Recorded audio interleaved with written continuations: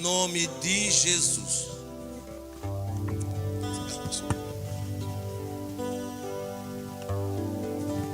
Glória a Deus.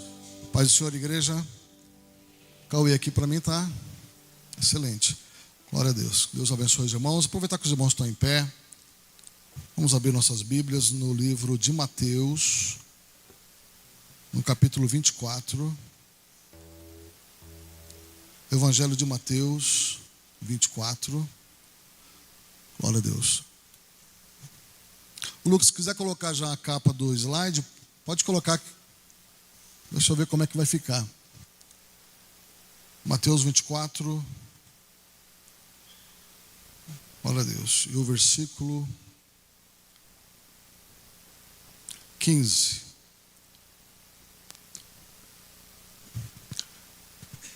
Irmãos, eu fiz uns slides, dessa vez eu fiz colorido, mas eu não sei como é que vai ficar aqui nesse projetor. Bom, se ficar muito escuro as letras, as fontes, depois eu mudo, tá bom? Mas, ô Lucas, acende para mim aqui, ó, que eu não estou enxergando aqui. Aí. Aleluia. Ai, irmão, passou dos 25 anos, né, já vai diminuindo, né, a visão. Só não pode diminuir a visão espiritual, né? Tem que aumentar com o passar do tempo. Então, 24:15. Quando, pois, virdes que a abominação da desolação de que falou o profeta Daniel está no lugar certo, quem lê, entenda. Irmãos, ainda em pé, nós vamos ler outro versículo. Só destacar aqui, ó, quem lê, entenda. Agora nós vamos para 1 Tessalonicenses, capítulo 4. Primeira carta de Paulo aos Tessalonicenses, a igreja de Tessalônica. 1 Tessalonicenses, capítulo 4. E o versículo 13.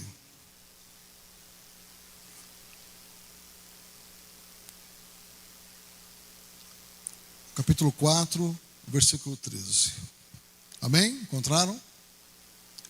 Não quero, porém, irmãos, que sejais ignorantes. Irmãos, Paulo, ele fala isso em Coríntios, ele está sempre falando isso. Ó.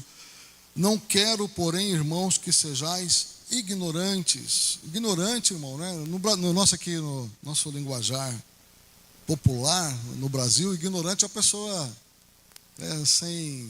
sem modo, sem educação, ignorante, né? Mas não é. Ignorante é uma pessoa que não tem conhecimento, tá? Que falta, né, conhecimento em alguma área. Por exemplo, eu sou ignorante em algumas áreas, eu não sei nada. Em outras áreas eu conheço um pouquinho, mas tem áreas que eu sou ignorante. Por exemplo,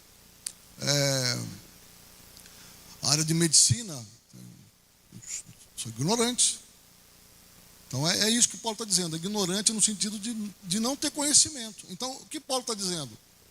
Não sejam ignorantes. Mas eu vou explicar depois isso aqui. Então, ó, continuando aqui, ó, vou ler de novo. Ó. Não quero, porém, irmãos, que sejais ignorantes. Aí ele está falando de um assunto. Ele já falou isso dos dons. Paulo já usou essa mesma palavra, esse mesmo texto. E agora ele fala acerca dos que já dormem, para que não vos entristeçais como os demais, que não têm esperança. Amém. Pode sentar. Eu vou explicar aqui, depois eu vou para o slide. Só uma introdução.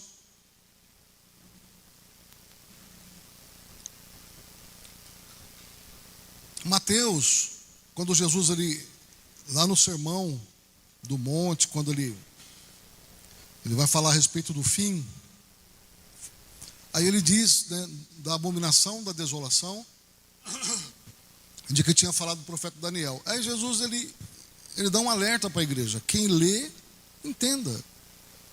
Irmãos, olha para mim. Tudo que está na Bíblia, nós precisamos entender. Tem assuntos complexos como esse que eu vou começar hoje com vocês, uma série de ministração, escatologia. Escatologia é a doutrina do fim, estudo do fim dos tempos. É um assunto muito difícil, tem muitas interpretações, vou mostrar para vocês. Mas Jesus diz, quem lê, entenda. a igreja, irmãos, não pode ser ignorante com relação a nenhum tipo de assunto bíblico. Vocês não podem ser catedrático, PhD em escatologia. Mas precisa ter uma ideia, ter uma noção da linha do tempo, dos eventos escatológicos, inclusive que nós estamos vivendo agora. E aí Paulo, ele puxa um tema aqui em Tessalonicenses, que é também de um tema escatológico, que é a morte. A morte é escatologia.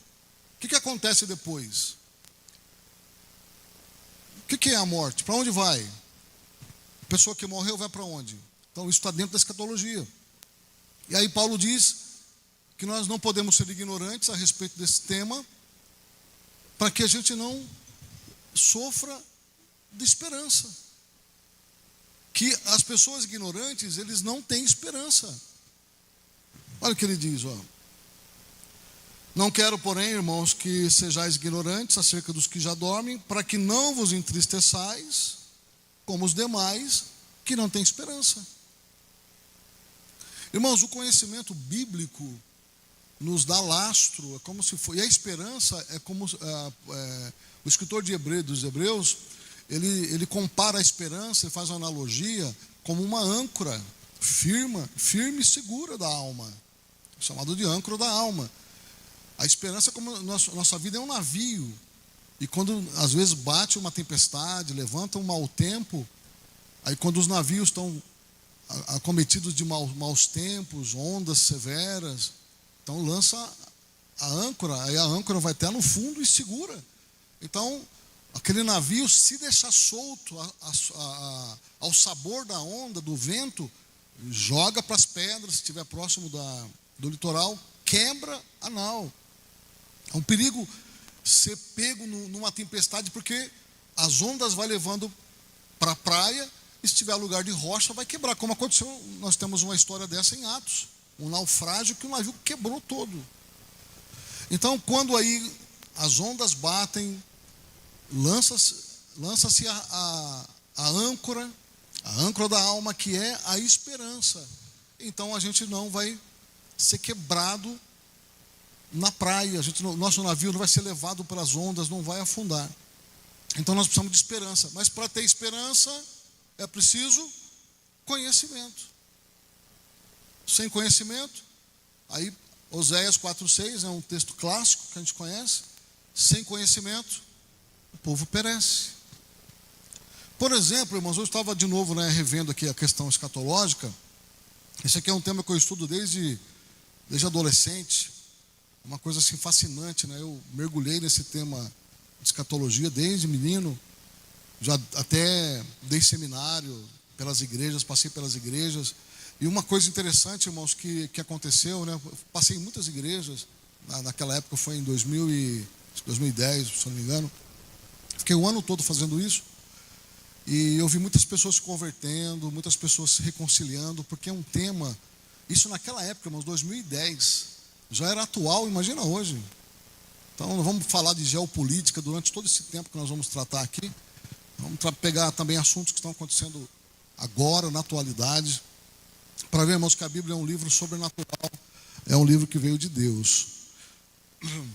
Então, feito isso, irmãos, meu conselho pastoral é que vocês tenham sede de aprender. Vocês, como eu disse, não precisa ser catedrático em determinado assunto, mas que vocês saibam responder.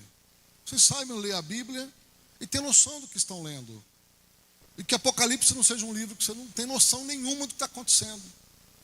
Quem que é, para quem é, quando é. Tem que ter uma noção. E outra coisa também, aproveitando aqui essa introdução, nós vamos recomeçar, nós tínhamos aqui na nossa igreja, quando nós começamos o nosso ministério, nós tínhamos uma escola teológica, e aí depois acabou parando, mas nós vamos reativar agora. Então, o pastor Claudinei vai estar assumindo aí essa área, e depois também nós vamos chamar os irmãos, que nós queremos que os irmãos revezem nas aulas, porque nosso problema, não dá para ter um professor só, irmão? É muito tempo, é muito cansativo. E aí vai cansando, vai parando. Aí eu falei para o Claudinei, Deus nos deu uma revelação. De cada matéria a gente vai escolher um professor. Tá? Então até eu posso também dar aula, pegar uma matéria para dar aula que relembrar os velhos tempos de teologia, de ETAD, né? Eu gostava muito de dar aula, gostava muito de sala de aula, irmãos. Nossa, como eu amava isso, né? É meu chamado, né? Meu dom, Deus me deu isso. E aí eu falei para o Claudinei, até eu posso pegar uma matéria, que são 5 semanas, pegar 5 semanas e dar uma matéria aqui para os irmãos. Aí outra matéria, outro irmão, tem vários irmãos aqui que são formados na ETAD, tem, graças a Deus, né, muitos irmãos aqui fizeram ETAD. A ETAD, irmãos, deu para nós uma base muito boa, né? Eu fiz a ETAD, o básico, depois eu fiz como é que chama? O básico, médio, depois eu fiz FAETAD, né? Fora outras coisas que a gente vai lendo por fora, vai fazendo curso por fora, né? A FAETAD também, muito boa, né? Que é o curso de bacharel. Então, irmãos, nós temos então a oportunidade de recomeçar aqui na igreja. E é bom, irmãos, presencialmente, porque dá para conversar, tirar as dúvidas, tá bom? Então, eu e o pastor Claudinei já estamos conversando aqui já faz alguns meses a respeito disso. Aí eu falei para ele, vamos esperar passar agora os feriados de carnaval, nós estamos ocupados com o retiro, e depois que passar a gente já retorna, tá bom? Aí ele estava falando para mim esses dias que tem muitos irmãos de outras igrejas também que estão interessados. Tá? É muito bom, viu, irmãos? Então, essa é uma oportunidade, e os livros que a gente está adquirindo, eles são livros bem em conta mesmo. Aí depois a gente vai passar para vocês todo o processo, tá bom? Então, que Deus abençoe. Então, vamos lá. Pode abaixar as luzes, Lucas, pode colocar isso. Aqui, irmão, vai ter que abaixar bem, pode desligar tudo, senão não vai conseguir enxergar. Isso. Como é que está na live? Fiquei escuro na live? Falando, ainda bem que o cabelo é branco, não dá para se enxergar o cabelo, já está bom, né? Glória a Deus. Irmãos, antes de começar aqui o estudo, eu estava preparado, irmão, já tinha montado um estudo para um outro tema, que eu ia falar sobre a palavra de Deus, a Bíblia Sagrada, a revelação e inspiração da Bíblia. Mas aí na quarta-feira, não sei o que aconteceu quarta-feira, e não lembro se foi uma palavra, um louvor, não lembro o que foi, mas veio ali a mudança na quarta-feira. Eu tive que correr para montar os slides, né, que o outro já estava tudo pronto, já que eu estava preparando. E aí na quinta-feira eu comecei a montar esses slides aqui. Tá bom? Aí a ajuda da IA, né? A IA ajudou, irmãos, no design, nos gráficos, mas o texto não. O texto, aí ela não é capaz ainda de fazer estas coisas, tá bom? Então, eu usei um material que eu usava em 2010, quando eu fiz um ano, como eu falei para vocês, de seminário nas igrejas. Passei por muitas igrejas naquele ano, bastante igreja. Eu fazia um seminário de uma semana, quase uma semana. Eu não lembro se começava, não lembro agora, se começava quarta, ia até domingo. E fiz em várias cidades, foi uma benção, tá bom? Então eu vou ver como é que vai ficar aqui no telão. Se ficar muito escuro e as fontes, aí depois eu mudo, tá? Então vamos lá, vamos começar. Pode passar, Lucas. Bom, irmãos, aqui, esse versículo aqui, ó, de Atos, isso aqui foi bem naquela época que Jesus, foi as últimas palavras de Jesus, depois de ressuscitar, ficou 40 dias aqui na terra. E quando ele chama os discípulos lá para o Monte das Oliveiras, que ele se despede dos discípulos, que os anjos vêm e buscam Jesus, e ele é assunto ao céu. Aí os discípulos perguntam para Jesus, aqueles, pois, que se haviam reunido, perguntaram-lhe, dizendo, Senhor, restaurarás tu nesse tempo o reino a Israel? E disse-lhes, não vos pertence saber os tempos ou as estações que o Pai estabeleceu pelo seu próprio poder. Então, nessa época aqui, irmãos, é mais ou menos o ano 34, 35, né, comecinho lá de Atos dos Apóstolos. E aí os discípulos fazem essa pergunta para Jesus a respeito da restauração de Israel. Irmãos, Israel é o ponteiro do relógio profético de Deus. Olha para Israel. Tudo está acontecendo com Israel. Israel é referência escatológica. É o povo de Deus e vai ser restaurado. Então, em 1948, quando Israel tornou a ser nação, depois de séculos de desterro, séculos sem bandeira, sem pátria, sem terra. Aí, em 48, quando aconteceu tudo aquilo, aí Oswaldo Aranha, que é o nosso Oswaldo Aranha, deu o voto de Minerva a favor de restaurar a nação de Israel. Então, ali, irmãos, começou um grande movimento no mundo espiritual. Tá? Então, ficamos atentos com relação a Israel. Então, é o ponteiro do relógio profético de Deus. Aí os discípulos perguntam para Jesus se era naquele tempo. Eles estavam achando, irmãos, que sabiam disso. Então, os discípulos tinham conhecimento de escatologia. Por isso que nós não podemos ser ignorantes. Pedro era um pescador, outros ali não eram sacerdotes, não eram escribas, mas eles tinham conhecimento. E aí Jesus diz, não vos compete saber. Isso no ano 34, quando Jesus foi assunto. 50 anos depois, pode passar? 50 anos depois, João estava na ilha de Patmos. Esse João é o mesmo João que escreveu o Evangelho, é o mesmo João que escreveu as cartas, primeira, segunda e terceira carta, e é o mesmo João que escreveu o Apocalipse. Esse João é aquele que, o mais novo, que correu lá, a hora que prenderam Jesus lá no horto, ele correu, deixou as vestes. É esse mesmo João aqui. E aí, Jesus aparece para João na ilha de Patmos, ele estava prisioneiro, desterrado. E aí Jesus diz para ele assim, a revelação de Jesus Cristo, a qual Deus lhe deu, para mostrar aos seus servos as coisas que brevemente devem acontecer. E pelo seu anjo as enviou e as notificou a João, seu servo. Então, capítulo 1, verso 1 de Apocalipse. Então, aqui 50 anos depois, João recebe as revelações das coisas que brevemente iriam acontecer. Então, aí já começou, irmãos, a mudança de tempo. A revelação era necessária, importante. Então, tudo que vai acontecer está revelado. Está escrito na palavra de Deus. Pode passar? Objetivo final da revelação. Primeiro, irmãos, glorificar a soberania de Deus. Irmãos, quando a gente estuda a escatologia, principalmente, semana que vem eu vou falar a respeito da sequência dos reinos do mundo. Irmãos, é impressionante como que Deus revelou a sequência dos reinos do mundo até o fim. De Babilônia até o anticristo, depois a implantação do reino de Deus. Então a história do mundo foi contada. Tudo que vai acontecer, toda a sequência já foi revelada. Então, irmãos, isso é glorificar a soberania de Deus. E mostrar que a Bíblia não é um livro qualquer. Não é possível ter revelações nesse nível de perfeição e de acerto. Consolar e preparar a igreja. Então, a igreja precisa ter esperança, a igreja precisa saber que as coisas que estão acontecendo e vão acontecer não é para o nosso desespero, não é para ter medo, não é para a gente entrar em depressão. A gente precisa saber que isso já foi previsto, já foi falado, já foi profetizado. Isso é para dar esperança. Jesus disse, quando virdes estas coisas acontecerem, levantai as vossas cabeças para o alto, porque próxima está a vossa redenção. Então, quando você liga a televisão e vê os sinais acontecendo, de vez ficar com medo, meu Deus, a terceira guerra mundial vai acontecer, vai explodir tudo. Você levanta os olhos e fala, Jesus está chegando, Jesus está voltando. Então, porque são sinais que estão se cumprindo. Então, ao invés de as profecias, as revelações, colocar medo na igreja, pelo contrário, a igreja se reveste de esperança, porque tudo está previsto e acontecendo como foi falado anteriormente.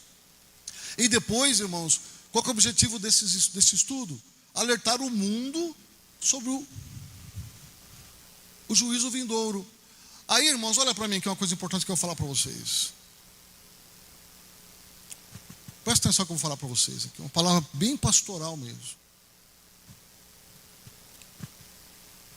Se a nossa perspectiva de vida estiver só aqui,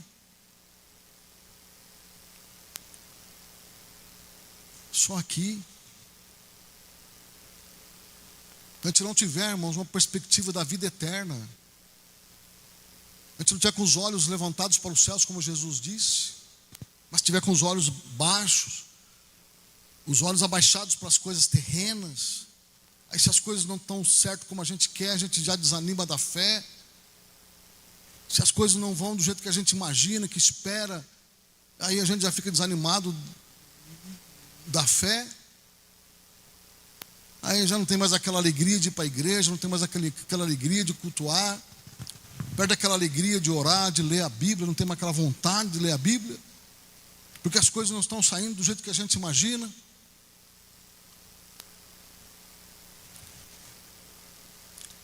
Aí, irmãos, a nossa fé é uma fé frágil, voltada para as circunstâncias. Então, quando nós temos essa perspectiva, essa é a palavra pastoral, quando a nossa perspectiva é o céu. A gente sabe que aqui, irmãos, é passageiro, é transitório, é muito rápido o nosso tempo de vida aqui. Aí Paulo ele fala isso, que quando ele compara a transitoriedade das nossas lutas, das tribulações, que ele fala que não é para se comparar com o peso de glória da eternidade. Paulo faz um paralelo, que a nossa leve, momentânea tribulação, ele chama de leve, momentânea tribulação. Aí ele usa outras palavras para comparar, ele fala, não é para se comparar com o peso, ele fala leve, com o peso eterno, momentânea tribulação de glória. Então ele coloca na balança, ele fala, o que tem para nós, o que tem no porvir é muito maior, eu não posso perder aquilo que é eterno por causa daquilo que é transitório, daquilo que é passageiro, daquilo que vai passar rápido. Então o nosso olhar tem que estar no céu, olhar para o autor e consumador da fé, que é Jesus. Porque se a gente olhar para as coisas da terra, a gente olhar e cada vez vai ficando mais difícil, cada vez mais apertado, cada vez mais decepcionante, cada vez mais as coisas vão ficando complicadas. A gente olhando para Jesus, então a gente enche de esperança, porque aqui não é meu lar. Os hinos antigos, irmãos, falavam disso. Aqui não é meu lar, aqui não é meu lar, aqui não é meu lar. Eu vou para um lugar feliz, eu estou indo para a terra feliz. Aqui não é meu lar, aqui não é meu lar, aqui não é meu lugar. Estamos aqui de passagem. Então, por isso é importante conhecer as coisas que vão acontecer, para que nós nunca venhamos a perder a esperança. E aí Paulo diz, permaneça a fé, o amor, a fé e a esperança. São esses três pilares da nossa vida cristã. Se tirar um deles, a gente cai. Fé, permaneça a fé, a esperança e o amor. O maior é o amor. Pode continuar. Irmãos, olha que interessante esse texto de Isaías. Desde o início faço conhecido o fim. Isso, irmãos, mostra a onisciência de Deus, que para Deus não tem passado, presente e futuro, para Deus é tudo uma coisa só. Deus não está preso no tempo e espaço. Deus é onisciente.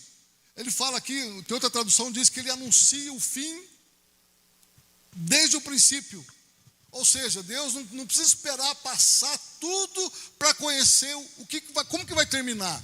Ele já fala do jeito que vai terminar antes de começar. Ele não precisa passar por tudo isso para dizer como é que vai ser o fim. O que digo, meu propósito ficará firme ou de pé e farei tudo o que me agrada. Deus já estabeleceu, irmãos. A história do mundo está nas mãos de Deus. Todos os eventos estão nas mãos de Deus. Deus não perde o controle de nada. Pode passar. Irmãos, dá para enxergar bem aqui, ó? Dá para enxergar bem? Pode passar.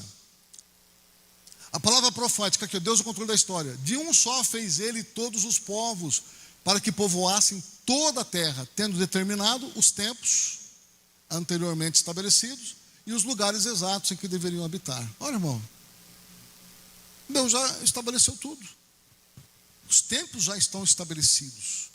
E é isso que nós vamos estudar, irmãos, a partir de hoje. Hoje é só uma introdução, mas hoje nós vamos estudar os tempos. Tá? Onde nós estamos, para onde nós estamos caminhando. Pode ir. Pode passar. Travou?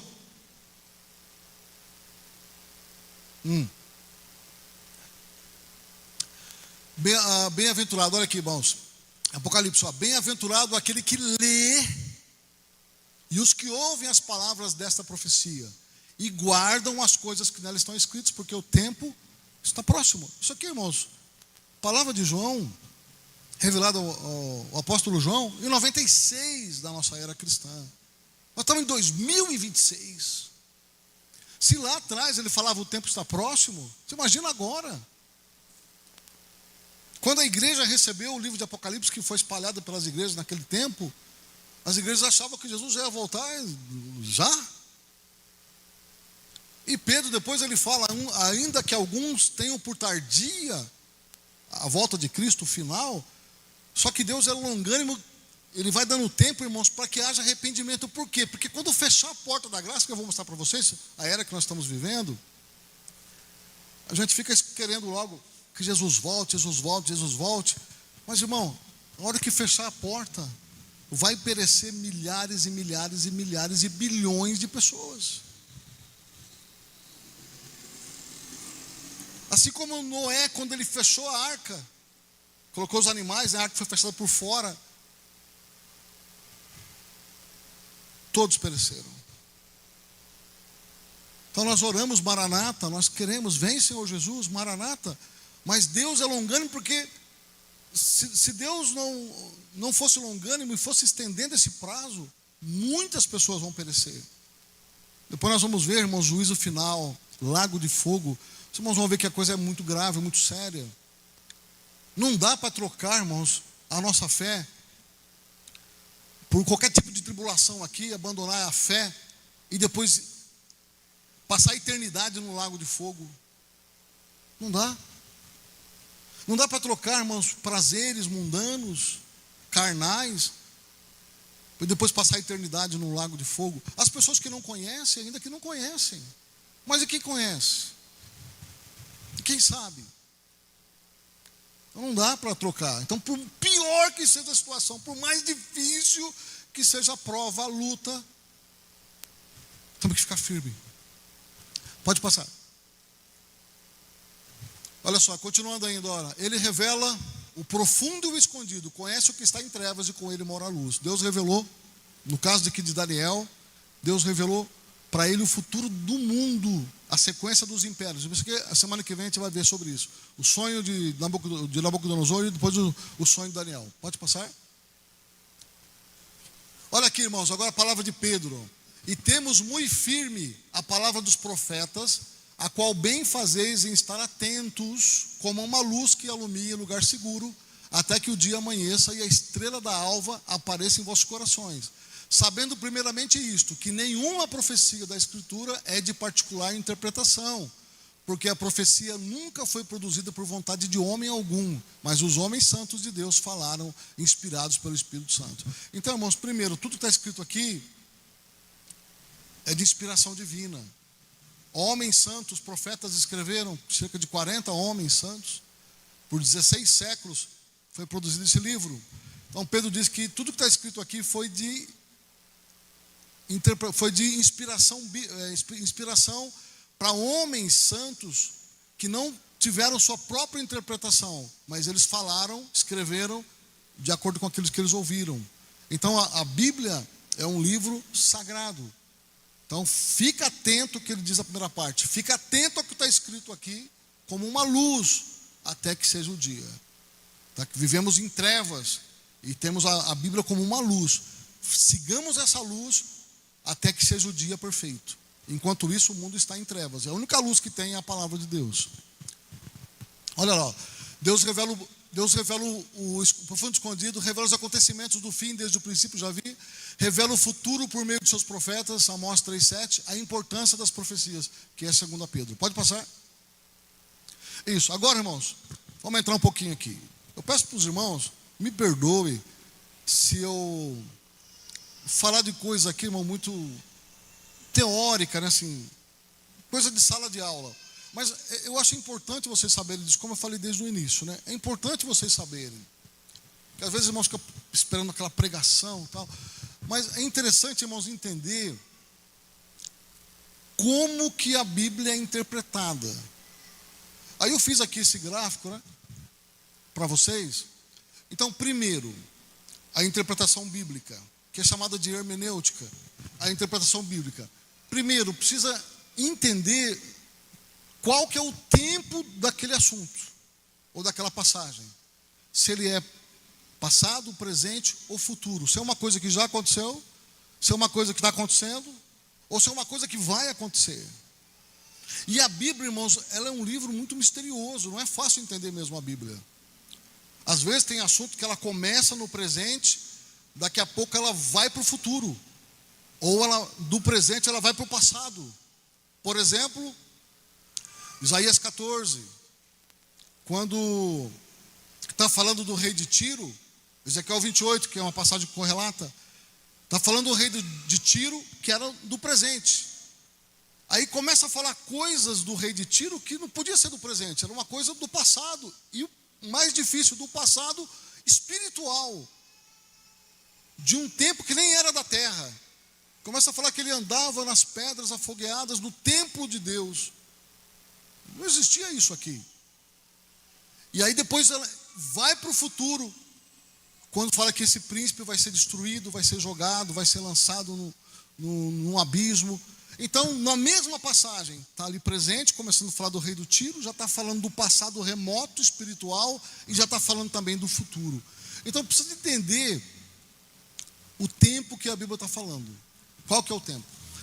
Então, isso é importante na interpretação. Depois eu vou mostrar alguns outros exemplos para vocês. O método, se é literal ou simbólico. Se o que está falando ali, irmãos, é literal ou não. Por exemplo, o milênio. O milênio é uma questão complicada. Já vou mostrar para vocês algumas interpretações. Tá? Então precisa saber se é literal ou é simbólico. Se você interpretar como simbólico, você vai para um lado. Se você interpretar como literal, você vai para outro. Então, existem dois caminhos. Então, além do tempo, tem um método. E depois, para quem essa palavra está sendo falada? Se é para a igreja ou é para Israel? É importante também entender. Por exemplo, se é para a igreja, que época que está falando? Ou é Israel? Então, essa confusão, quando a gente começa a mexer nas coisas e interpreta errado, a hermenêutica dá errado, aí a interpretação também vai ser errada.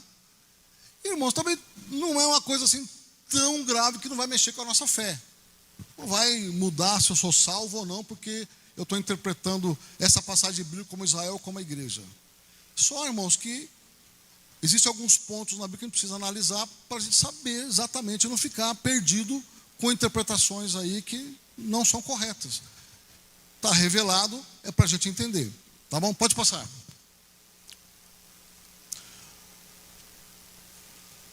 Existem, irmãos, 4 tipos de escolas de interpretação de escatologia. 4 tipos. Tá? A primeira é a preterista, que vem do pretérito do passado, que interpreta que tudo que, por exemplo, o Apocalipse, isso já aconteceu no passado. Isso não é para a nossa era, não é para agora. Isso já foi. Existe o historicista, que está cumprindo agora. Por exemplo, tem uma ala da igreja, uma interpretação que fala que nós estamos vivendo o milênio agora. Nós estamos na fase do milênio. Aí outra, simbolista ou idealista, é essa aí que tudo está escrito simplesmente é uma batalha entre o bem e o mal. Então o dragão é o mal, o anticristo é o mal, é personificação do mal que a igreja tem que combater. Só isso, nada mais. E o futurista, que os eventos são para o futuro. Escatologia, o milênio, o arrebatamento, são coisas que estão no futuro. Então, aonde que nós estamos aqui? Sei que estou falando bem rápido, irmãos, que não dá para ficar parando explicando tudo isso aqui, mas aonde que nós estamos? Nós estamos aqui, ó. Nós somos de uma interpretação futurista, tá? Que o arrebatamento ainda está no futuro, não aconteceu. O milênio ainda está no futuro, ainda não aconteceu. Só 2 exemplos da Bíblia, tá? Para vocês entenderem. Então nós estamos aqui, nós interpretamos como que vai acontecer. O historicista acredita que está acontecendo agora, estamos vivendo isso agora. Tá? Pode passar. Aqui, ó, um exemplo, irmãos, de interpretação. Isso aqui, eu coloquei esse exemplo aqui, ele é bem interessante. Essa mulher que aparece em Apocalipse 12, fala que ela tem um diadema, uma coroa de 12 estrelas, está em cima do sol, e um dragão persegue essa mulher, a mulher está grávida, e depois ela dá a luz, e fala que essa luz, esse menino que nasceu, seria o rei eterno. Bom, então, quem é essa mulher de Apocalipse 12?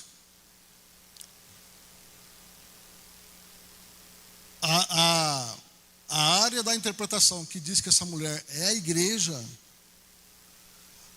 aí, irmãos, é tão simples. Como é que a igreja deu à luz a Jesus? Como é que a igreja... Foi o contrário, né? Como é que a igreja... Aí fala que a igreja vai passar pela tribulação e que essa mulher que vai para o deserto vai ser perseguida no deserto. Depois, irmãos, lê o capítulo 12 lá. Aí o dragão de 7 cabeças, que ali é o diabo, personificação do inimigo, que arrasta 1/3 das estrelas lá na cauda dele, que são os anjos caídos, persegue essa mulher, e essa mulher vai para o deserto. Depois são dadas 2 asas para ela fugir para o deserto. Então, essa mulher, irmãos, 12 diademas, o sonho de José. Quando ele fala que ele sonhou que 11 estrelas se curvavam diante dele, e o sol e a lua, era o pai e a mãe dele, e os irmãos. Então está ali o sonho de José, só que aqui está com 12 estrelas. Essa mulher é Israel. Então não é igreja. Aí, eu estou falando isso para vocês, já dando aqui para vocês já aqui um spoiler, para dizer que a linha de interpretação que diz que a igreja vai passar pela tribulação, é porque acredita que essa mulher é a igreja. Agora nós acreditamos que a mulher seja Israel. Então quem vai passar pela tribulação, tudo aquilo que está escrito em Apocalipse, no momento da tribulação, é o remanescente de Israel. Então por isso que eu mostrei para vocês antes, tem que saber de quem está falando, se é da igreja ou de Israel. Então aonde que está a igreja aqui? Nessa época aqui, no céu, já foi o arrebatamento, tá? Mas isso aqui depois eu vou, irmãos, mostrar para vocês com detalhes, com os versículos, tá? Hoje é só uma introdução, pode passar? Então, uma outra coisa importante, irmãos, que tem bastante confusão, é sobre as doutrinas do milênio. Então, por exemplo, tem o amilenismo. O amilenismo, então, como o próprio nome está dizendo, o a do grego que é não. Então, não milênio, que crê que não vai ter milênio e que o milênio, eu acho, olha, irmão, como é que os homens viajam, né, irmão? Como que eles são, irmãos, doutores, estudiosos, são pessoas que estão ali, irmãos, debruçados nos livros, e na Bíblia, conhece grego, conhece hebraico. Então, essa primeira linha aqui de amilenistas acredita que não vai ter milênio, que o milênio é espiritual e que nós estamos passando aqui, já vivendo isso, que é agora, e é espiritual. Não vai ter um período literal, por isso que eu mostrei para vocês lá, se é literal ou é simbólico. Eles creem que tudo isso é simbólico, 1000 anos seja simbólicos, e não vai ter esse período literal de 1000 anos na história. Então, por isso que é o amilenismo. E são igrejas, irmãos, são pastores que esposam essa doutrina e ensinam para a igreja. E hoje, irmãos, olha, hoje a coisa está um pouquinho mais complicada, porque quando eu estudava escatologia, a gente só ia encontrar essas coisas nos livros. Aí, se quiser saber mais sobre doutrina escatológica, você ia nos livros. Hoje não. Hoje você abre o YouTube e você encontra o que você quiser. Então muita gente é contaminada com interpretações e aí fica perdido, não sabe. Muita gente fala assim, pastor, a igreja vai passar pelo arrebatamento ou não? Então, muita gente pergunta isso para mim, né? Então por isso que eu falei, eu vou fazer um estudo desse no domingo mesmo. Podia fazer um seminário e chamar os irmãos aqui numa segunda-feira. Mas eu vou fazer a minha parte de pastor, eu vou falar. Aí depois vocês vão atrás do conhecimento. Então tem essa primeira escola de interpretação do amilenismo. Depois, o pós-milenismo. Tem muitas igrejas boas, irmãos, que são pós-milenistas. O pós-milenismo, ele muda um pouquinho assim.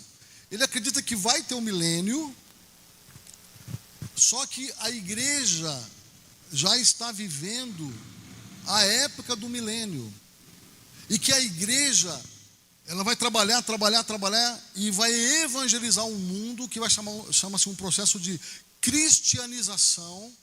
Que a igreja, aí tem eles pegam algumas parábolas, como aquela parábola da semente, que quando lança é uma semente pequena e depois cresce e toma todo mundo. Então várias parábolas dessas. Aí eles falam que é isso que vai acontecer com o evangelho. O evangelho começou pequenininho, uma semente lá atrás, e aí vai crescendo, a igreja vai tomar o mundo. Aí a igreja vai pregando, e vai se converter pessoas, e através do trabalho missionário da igreja, da pregação do evangelho, é que nós vamos transformar esse mundo. Aí esse mundo vai ter paz quando todo mundo tiver convertido. Então a igreja vai trabalhando, vai ganhando, vai crescendo. Aí os políticos vão ser tudo crente, tudo fiel, tal, vai todo mundo ser uma bênção. E aí, aquilo que fala lá em Isaías, então aquilo lá é simbólico, né, do leão que vai pastar com boi e tal. Aquilo tudo é simbólico. O menino vai enfiar a mão na toca do basilisco, da serpente, não vai fazer dano algum, e não haverá mal algum, irmãos. O período do milênio, depois eu vou explicar. O período do milênio, irmãos, ele vai voltar ao Éden. Deus vai restaurar o Éden. Os animais não serão ferozes. Os animais, eles se tornaram ferozes, peçonhentos depois da queda, mas Deus não fez assim. Os animais eram todos mansos. Então o leão era que nem um gatinho que a gente tem em casa ali, né? Fica ali no nosso pé dormindo, né? A cobra não fazia mal algum para ninguém, não tinha peçonha, não tinha animais peçonhentos, não tinha doença. E aí no período do milênio, é a restauração, aí volta o propósito de Deus para o Éden. Aí o homem vai morrer de 100 anos, não de doença. Vai ter morte no milênio, mas... Aí depois a gente fala sobre isso, só dar uma pincelada aqui para vocês. Então o pós-milenismo acredita isso, que a igreja vai tomar a terra, a igreja vai pregar o evangelho e vai converter todo mundo. É. Aí deixa essas duas escolas aqui embaixo, porque elas são parecidas com a gente. Ó. Aí depois tem o pré-milenismo. Outra coisa também, irmãos. Pré e pós é a volta de Cristo. Aí a igreja vai tomar o mundo, né, no pós-milenismo, vai tomar um mundo com o evangelho, e quando tiver o mundo inteiro convertido, pastor Fernando, aí Jesus volta. Por isso chama pós-milenismo. A referência é a volta de Cristo. Aí quando a igreja pregar e ganhar o mundo, aí Jesus volta. Agora o pré-milenismo, que é dividido em duas partes. O pré-milenismo já é a volta de Jesus antes do milênio. Aí nós estamos nessa aqui. Tá? Só que os pré-milenistas têm duas escolas.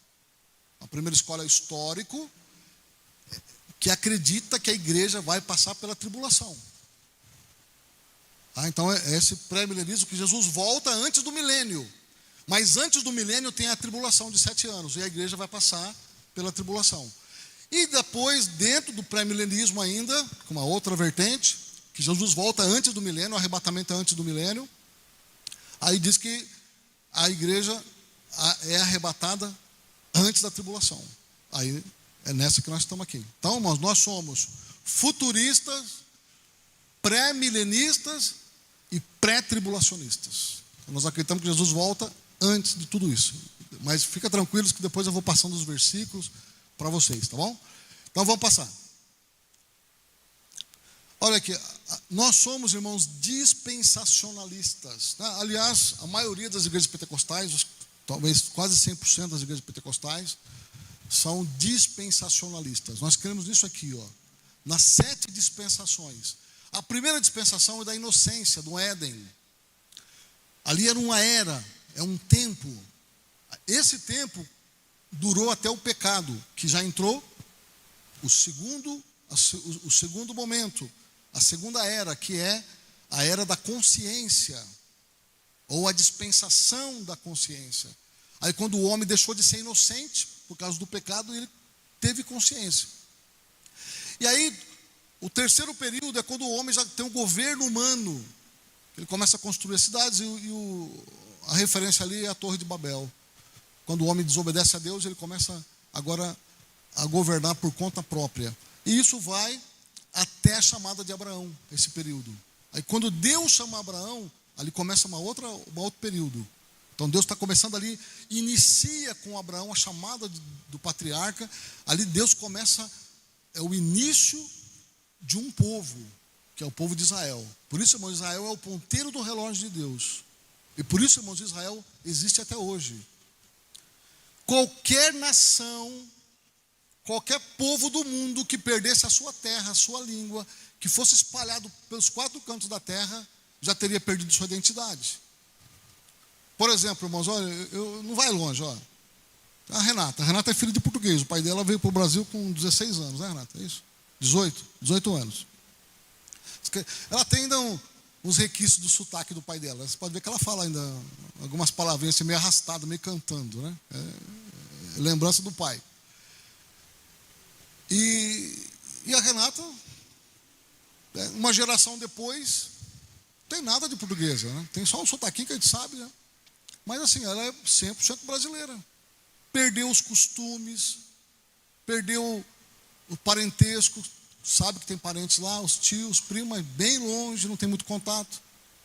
Então, uma geração já perdeu. Imagina Israel, que no ano 70, na era cristã, depois nós vamos falar desse tempo. Israel, Jerusalém foi destruído, o templo foi destruído, o povo foi levado cativo para os 4 cantos da terra, e só 1948, olha, 2 séculos depois, 2 milênios depois, quase 2 milênios depois, 1948, é que Israel é restabelecido para a sua terra, volta a ter uma bandeira, volta a ter nação e volta a falar o hebraico. Irmãos, quando eu estava estudando hebraico, eu estudo ainda, né? Tem muita coisa para aprender. Irmãos, é interessante como é que uma língua, eles reviveram uma língua.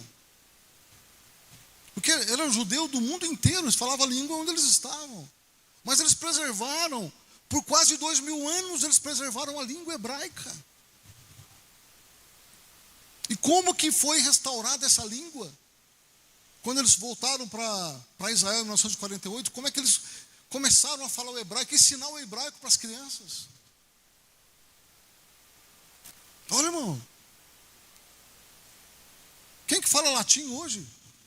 Quem conhece latim? Só estudiosos de língua é que conhece latim. Então, é um milagre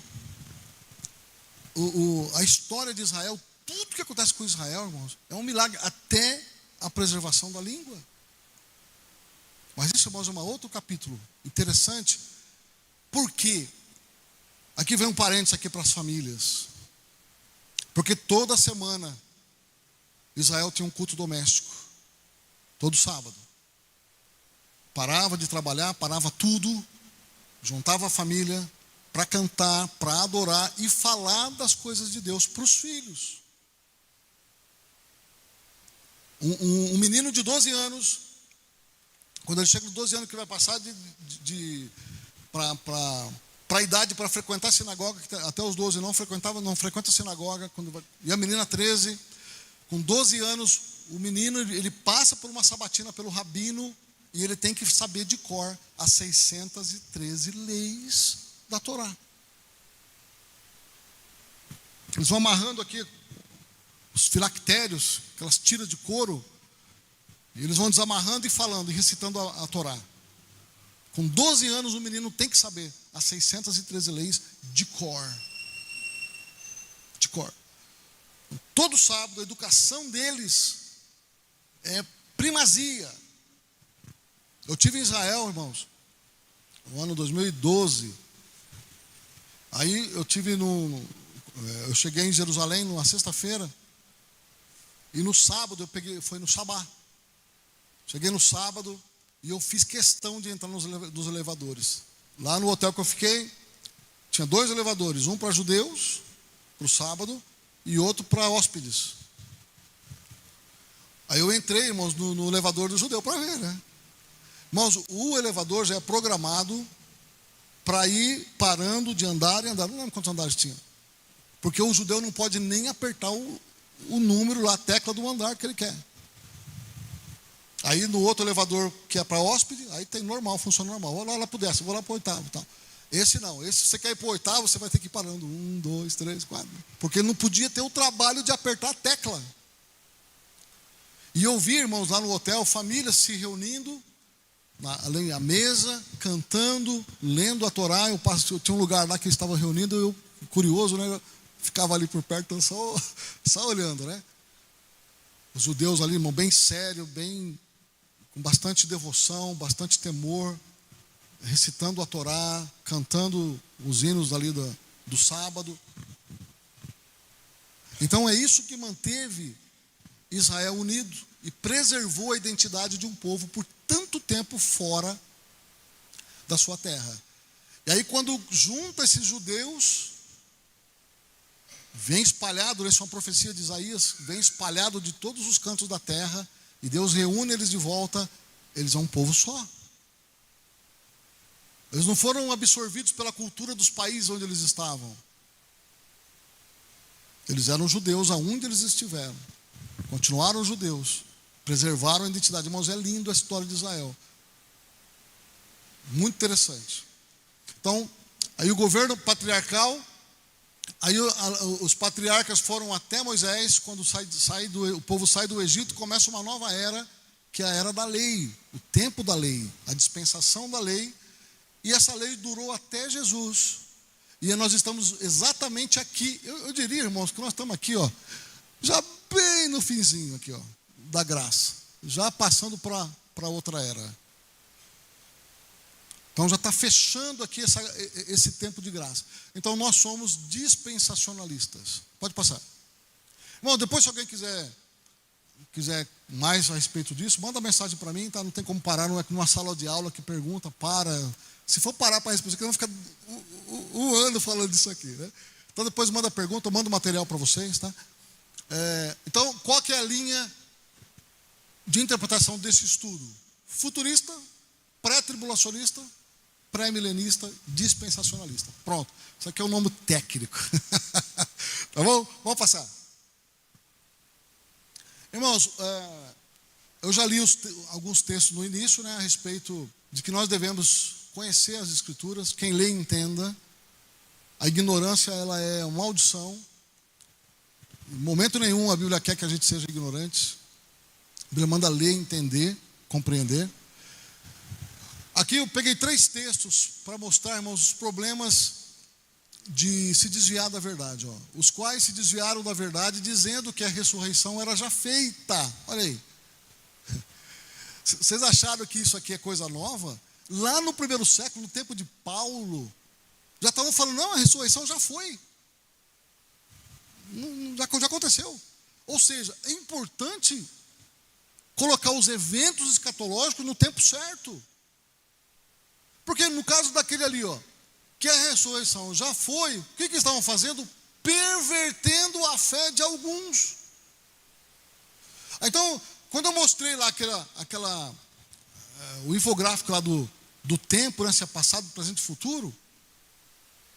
Ah, pastor, mas isso aí não tem importância. Lógico que tem. Olha aí, um exemplo que estava acontecendo no primeiro século, no tempo de Paulo.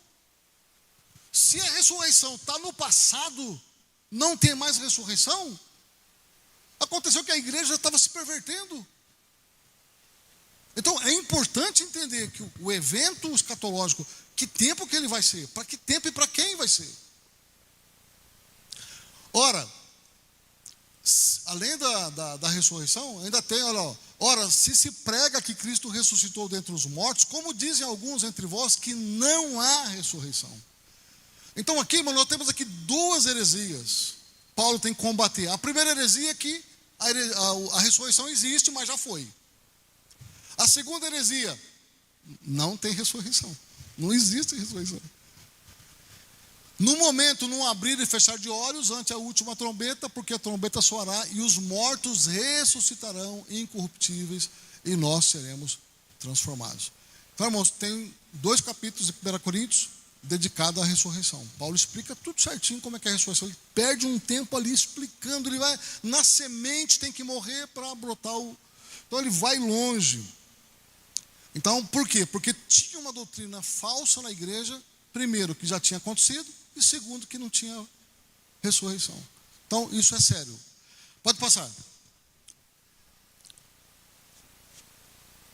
Agora, irmãos, olha aqui, ó. Deixa eu correr aqui, que falta 15 minutos, ó. Cronologia de Israel. Isso aqui, eu fiz isso aqui, irmãos, eu gosto dessa questão de linha do tempo, né? Porque eu gosto de situar, ver onde que está. Então, começa lá o êxodo em Israel, vem para a conquista, Josué, demora aí 130 anos para a conquista. Depois entra o tempo dos juízes, depois o Reino Unido, são 3. Primeiro Primeiro rei Saul, depois Davi e depois Salomão. Esses três, 120 anos de reinado unido. Depois disso, o reino é dividido, tá? Norte e sul, pode passar. E aí, irmãos, aqui eu mudei de lugar aqui, mas antes está faltando. Quer ver? Vai para frente, Lucas, tem mais uma. Aí, isso aqui, ó. Aí, continuando lá, eu errei aqui, depois eu preciso acertar isso aqui. Então, continuando lá, o Reino Unido, depois o Reino Solitário. Quando a tribo do norte, ela desaparece, ela é destruída pelos assírios. E aí fica só o Reino de Judá, só o Reino do Sul. E aí o Reino de Judá, acontece uma coisa interessante, que o Reino de Judá, ele é invadido por Babilônia. Aí 3 vezes Nabucodonosor invade. A primeira vez ele leva cativo somente a classe alta. Daniel vai entre eles, e os amigos de Daniel. Depois ele volta, na 597, aí ele leva os profetas, os artesãos, ele leva de novo cativo aí na outra leva. E aí depois o povo se revolta lá em Jerusalém. Aí em 586, e marca essa data, isso é importante. Essa data aqui é a data de destruição da cidade de Jerusalém e do templo. Primeira destruição. Então é uma data muito importante. Tem muitos eventos escatológicos que começam a contar a partir daqui. Então a partir daqui, pus até uma lupa ali, ó. A partir daqui começa a contar o tempo dos gentios, que é aquela era da graça que nós estamos, ó, vocês vão ver lá. Aí depois tem o retorno. Eles foram em 3 levas para o cativeiro e voltam em 3 levas também. Aí o período interbíblico durou 430 anos, e aí começa a era cristã no ano 5. Irmãos, é importante notar isso aqui, ó. O calendário cristão tem um erro de quase 5 anos, dá 4 anos e pouco. Que foi Gregório, o Papa Gregório, que fez o calendário, e ele errou. E aí, para não consertar tudo de novo, não deu certo. E ia dar muito trabalho consertar o erro do calendário, aí deixou do jeito que estava mesmo. Então, o nosso calendário ele tem um erro de quase 5 anos. Então, nós não estamos em 2026. Nós estamos em 2026. Nós estamos em 2030 quase já. 31, né? Então, Jesus nasce aqui, ó, no ano 5. Pode ver na Bíblia de vocês, lá em Mateus, quando fala o ano do nascimento de Jesus, embaixo tem lá um asterisco, que é o ano Domini. É 4 e pouquinho, quase 5 anos da era cristã. Tá bom? Então tem um atraso aí. Então a era cristã começa aqui, ó, no ano 5. Pode passar. É isso aqui, o tempo dos gentios, ó. E cairão ao fio da espada, Jesus falando lá em Lucas, e para todas as nações serão levados cativos, e Jerusalém será pisada pelos gentios até que os tempos dos gentios se completem. Pode passar, Lucas, tem mais uma. Isso, aqui, ó. Aí Paulo também fala desse tempo dos gentios em Romanos, ó. Israel experimentou um endurecimento em parte, até que chegasse a plenitude dos gentios. É isso que Paulo está falando de plenitude dos gentios, é a mesma coisa que Jesus falou do tempo dos gentios. Então, quando que começa o tempo dos gentios? A Bíblia diz, quem lê, entenda. A informação que está ali, a gente precisa entender. O tempo dos gentios começa aqui, ó, quando Jerusalém é pisada pelos gentios. Por isso, irmãos, que Israel, e principalmente Jerusalém, é o ponteiro do relógio profético de Deus. Então foi tomada Jerusalém em 586 e ficou. No ano da era cristã, quando Jesus veio, Israel ainda pertencia ao domínio romano. Então todo esse tempo, Jerusalém sob domínio gentílico. E aí Jesus fala que não ficaria pedra sobre pedra daquele templo que havia sido construído. Também seria destruída a maneira do primeiro templo por Nabucodonosor. Agora é importante essa informação, que Roma vem e destrói esse templo, que Jesus estava falando ali, não vai ficar pedra sobre pedra. E esse tempo dos gentios, ele vai até o arrebatamento. Aí fecha esse tempo. Ou seja, então Paulo explica o que aconteceu. Israel se endureceu, não aceitou Jesus como Messias. Aí Paulo vai explicando que a oliveira, ela brava, foi enxertada na oliveira verdadeira. Israel não quis Jesus, aí abriu a porta para nós. Aí Paulo explica isso em Romanos, vai trazendo esse assunto. Então nós não éramos povo, nós não éramos da promessa, e aí por causa do endurecimento de Israel, que Israel não aceitou o Messias, aí entrou os gentios nesse lugar e Deus formou a igreja. Então esse tempo agora dos gentios, começa o tempo da graça, aí a igreja entra no lugar de Israel. Israel permanece, o remanescente vai até o fim, depois nós vamos falar mais sobre isso. O remanescente vai até o final. A igreja de Cristo vai ser arrebatada.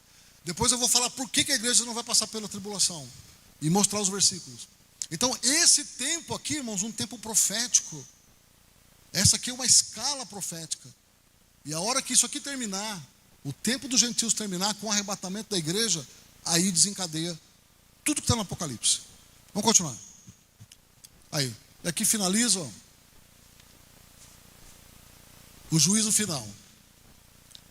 E queimaram a casa de Deus, e derrubaram os muros de Jerusalém, e todos os seus palácios queimaram a fogo, destruindo também todos os seus preciosos vasos, e os que escaparam da espada levou para a Babilônia, e fizeram-se servos dele e de seus filhos, até o tempo do reinado da Pérsia.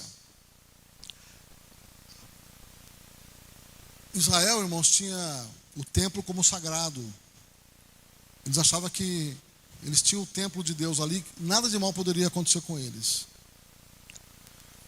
Eles pegaram o templo, o sacerdócio, como um amuleto, como uma proteção, mas não é.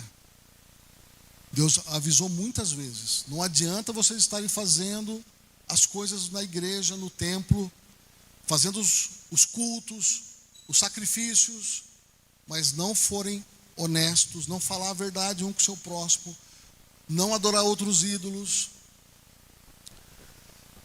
se prostituírem, fornicarem, adulterarem, enfim. E é tudo que Israel veio fazendo. E uma das coisas, irmãos, eu tinha posto aqui, mas ia ficar longo, mas só para a gente finalizar. Uma das coisas que levou o cativeiro, né, tudo isso que eu falei para vocês, Israel estava praticando, foi de não ter guardado o ano sabático. Quando Deus leva o povo para a terra e fala: vocês vão trabalhar 6 dias e descansar no 7º. E a terra, vocês vão trabalhar a terra por 6 anos e descansa no 7º. Então tem um ano sabático da terra. Assim como tem a semana do sábado, tem também o ano do sábado. Então cada 6 anos o 7º deveria descansar. Então é importante as datas, desde que Israel entra em Canaã, Israel nunca guardou um ano sabático sequer. Israel nunca conseguiu parar o 6º ano. Foi trabalhando 7 anos. Só, irmãos, que o tempo não apaga pecados. Jamais, Deus não esquece. E foram acumulando os anos sabáticos que não foram guardados. Aí quando completou 70 anos que eles estavam na terra, quase 500 anos, 7 vezes 7, 49, quase 500 anos que eles já estavam na terra, irmão, já tinha passado 500 anos que Israel entrou na terra prometida. Aí Deus falou: agora eu quero os meus anos sabáticos. Aí vocês vão ser levados cativos e a terra vai ficar deserta. Por quanto tempo? 70 anos. E Deus é claro lá em Jeremias: 70 anos equivalentes aos 70 anos que vocês não deixaram a terra descansar. Deus cobra exatamente o que estava sendo devido para ele. Vocês não obedeceram por bem, então vocês vão obedecer por mal. É interessante, irmãos, essas coisas. O estudo de escatologia nos faz pensar muito a respeito disso. De levar as coisas de Deus a sério. De tudo que está escrito não pode cair nada. Tudo que Deus mandou fazer ou não fazer, nós temos que obedecer. Porque tudo é para o nosso próprio bem. Mas Israel, a Bíblia fala que ele nunca deu ouvidos à voz de Deus, aos profetas que avisavam. Os profetas que vinham avisar, Israel matava. Achava que o profeta estava perturbando. A palavra era dura, que não era aquilo, e matavam os profetas. Eles queriam ouvir o que era bom para eles. E a coisa era tão séria, irmãos, que eles chegavam a alugar profetas. Muitos reis alugavam profetas. Aí mantinham os profetas, e era muito, né? Tem casos na Bíblia de 400 profetas. E estava lá no palácio, pensou, tem uma tropa de profetas só para profetizar para o povo, para o rei ficar bem com o povo, aos profetas. Ó. Então, lembra do caso de Micaías? Os profetas lá, um monte, 400 profetas profetizando coisas boas para o rei. Pode ir, rei, pode ir, que Deus vai estar contigo, você vai vencer essa batalha. Aí ele falou, viu, mas não tem outro profeta aí não? Esse profeta aí desconfiou, né? Era todo profeta que vivia às custas do rei, ele não vai profetizar coisa ruim para o rei. Ah, tem um aí e tal, então chama ele. Como que é o nome dele? Micaías, chama ele aí. Aí Micaías fala, se você for, você vai morrer. Aí bate nele, manda prender. Então, assim que Israel tratou. Então, meus amados irmãos, hoje, essa é a introdução aqui. Bom, então, a palavra profética é importante. Não sejam ignorantes. Quem lê, entenda. Ficamos em pé. Vamos orar a Deus.